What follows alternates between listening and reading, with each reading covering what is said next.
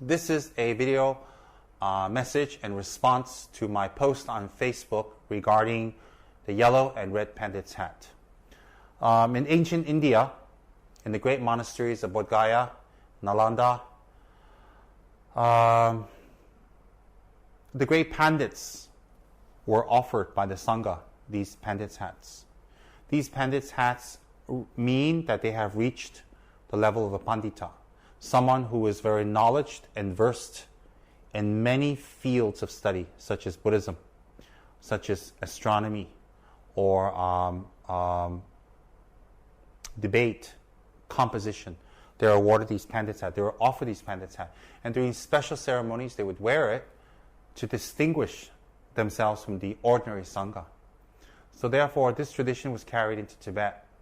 In India, the hats were basically red, and the red color was because there was so much opposition against the Buddhist Pandits.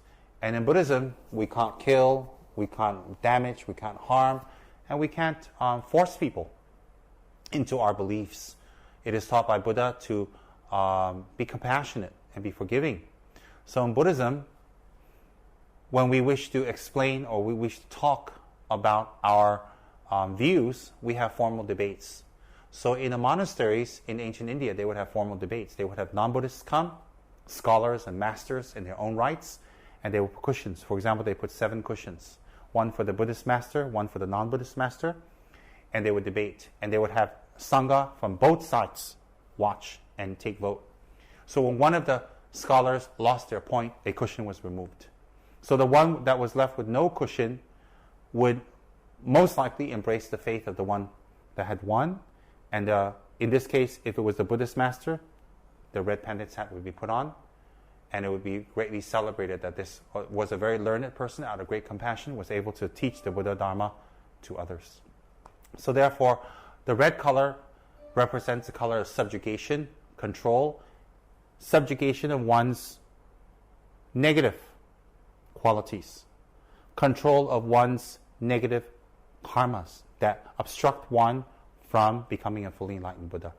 So the red hat meant subjugating the opponent's anger, jealousy, desire, and ignorance. Not so much subjugating, controlling the opponent, not so much subjugating and controlling the opponent's character or him or his beliefs, but it was more about subjugating the opponent's qualities that made him suffer, that are inherent in all of us. So the red color represents subjugation.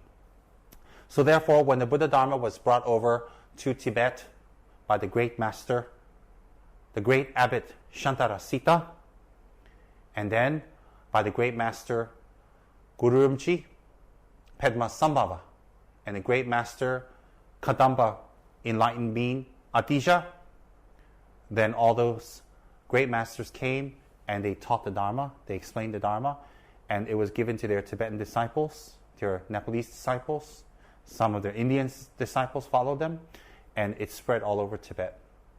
So by the time Buddhism reached Lama Tsongkhapa, Lama Tsongkhapa had already mastered the teachings of the 3 prevalent sects, the sacred, holy sects of Kagyu, Nyingma, and Sakya.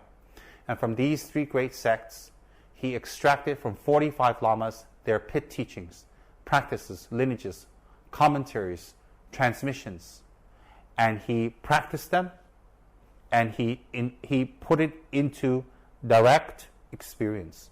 And the ones that he had received signs or quick signs, or he received quick results, he immediately incorporated into his corpus of teachings and practice. Not that the other ones that there were no quick signs, he didn't do it, he didn't incorporate. It's not that. It wasn't discriminating between teachings. It was more that it would suit the sentient beings that he would teach in the future. So if he had received so-called quick signs in this, it would also be easier for his students in the future. It wasn't him distinguishing or discriminating between teachings. So therefore, Lama Tsongkhapa, from the great Sakya, Nyingma, and Kagyu teachings, he extracted all their golden,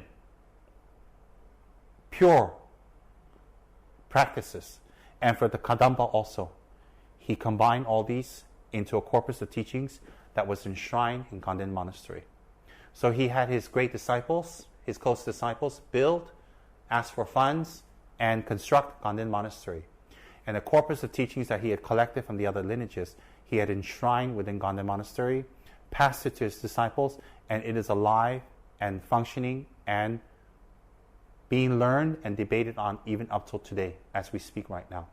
So Ganden Monastery contains the great teachings of the Sakya, Kagyu, and Gelug and Kadampa teachings, and practiced. So later they were called the virtuous way, or Gelugpa, because one prerequisite to enter Ganden was to be a Sangha, to be a monk. And a monk would hold their vows. So because they held their vows very well, they inspired many people.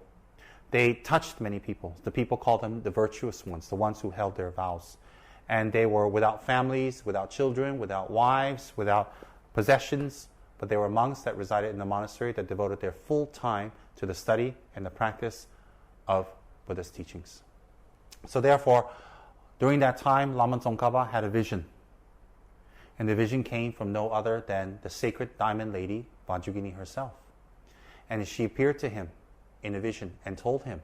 Some say it's a dream, some say it's a vision. It doesn't make any difference. Both are valid in Lama Tsongkhapa's case. And she said that now there is no one in the land of the snows that we need to subjugate, basically, or we need to bring to the Dharma. Many people have already taken refuge in the Dharma. So now it is not a matter of spreading the Dharma in the land of snows. It is more of making the Dharma grow within the minds of each individual. So therefore, it will be appropriate to change the color of your hat to yellow, representing that the Dharma has taken root, but now it needs to grow. Grow in practice, grow in learning, grow in listening, grow in meditational results. So the yellow hat of Lama Tsongkhapa was a sign and indication from Vajrayogini herself to change that color in order to represent spiritual growth. And then the Pandit's hat is very beautiful because it's the same exactly as it was in India, and it has a point on top representing no more learning. It has two flaps on the side representing bodhicitta and the realization of emptiness. Through bodhicitta and the realization of emptiness, one ascends to the point of no more learning. One ascends to pure Buddhahood. So even today, these hats are awarded or given or presented to people who are great teachers, who